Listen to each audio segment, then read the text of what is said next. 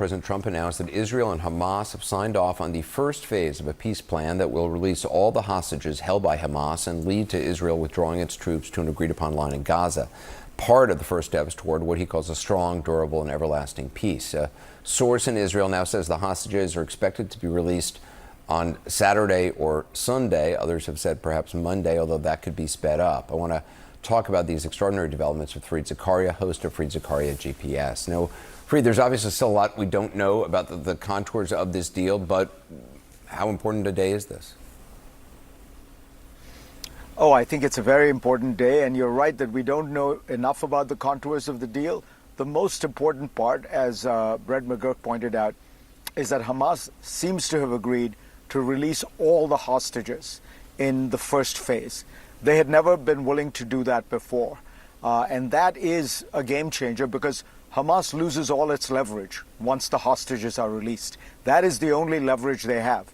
Israel is vastly superior to them in every, military capacity. The one thing they had was the hostages. And the fact that they're willing to give up the hostages means they recognize this is the end for them. What do you make of President Trump highlighting former British Prime Minister Tony Blair as someone who could have a key role in post-war Gaza? Well, look, I think Blair has worked very hard to earn the trust of almost all the players in the region.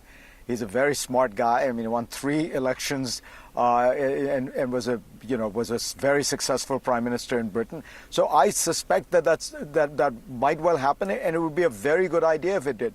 Look, Gaza is going to need all the help it can get. It's going to need tens of billions of dollars from the Gulf states. It's going to need help from the European Union. It's going to need help from the United States. How many figures are there in the world who are trusted and respected by all the people, all the groups I mentioned? Blair's in some ways unique in that respect. He's been working it for 10 years, so I think it's a very good idea to enlist him. What about the future of Hamas? I mean, it's an organization which has, spent a lot of money building tunnels for years, not bomb shelters for people there, for its citizens. They took power from the Palestinian Authority. Do you believe they go away? Look, I think Hamas is basically destroyed. Think about this has been 2 years of just massive destruction of their military capacity, of their leadership. The last effort the Israelis made to bomb Hamas, quote-unquote, leadership in Doha, it seems like they basically killed a bunch of admin people because there's nobody left. So when people talk about Hamas, look, there's always going to be some part of the Palestinian population that believes in armed resistance to Israel's occupation.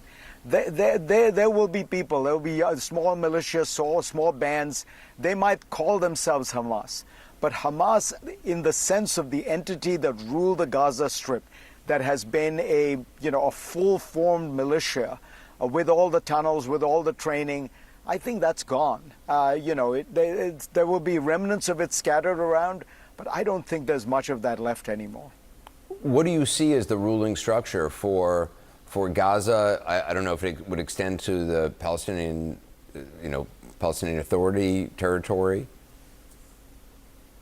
That's the million-dollar question, Anderson, and that might be a stumbling block because, look, the Israelis have been willing to agree to this idea of a Palestinian technocrats, as long as they're not affiliated with Hamas and they're not affiliated with the Palestinian Authority, because that gets to a problem in the Israeli coalition, which is Netanyahu cannot allow the Palestinian Authority to have more sway and more authority because that suggests an entity that might then become a Palestinian state, and that would, of course, mean the extreme right-wing members of his government would have huge problems with that. So it has to be non-Hamas, non-Palestinian Authority, Palestinian technocrats. Now, good luck finding those people who are completely unaffiliated, have had no prior association with Hamas or the Palestinian Authority. I'm sure some exist, and they'll be working hard, and my guess is they won't apply the litmus test too strongly. I mean, if somebody once had some role in the PA, for example, I would hope that would not disqualify him or her.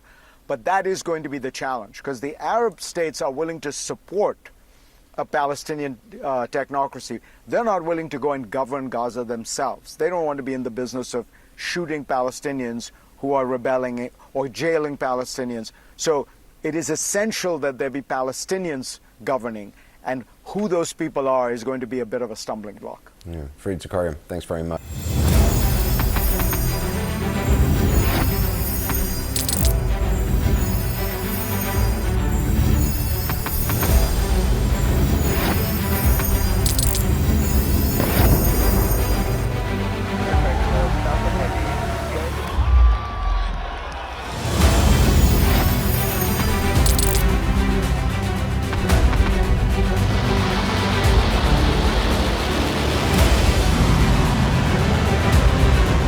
Been fighting so long and so hard that they don't know what the they're doing.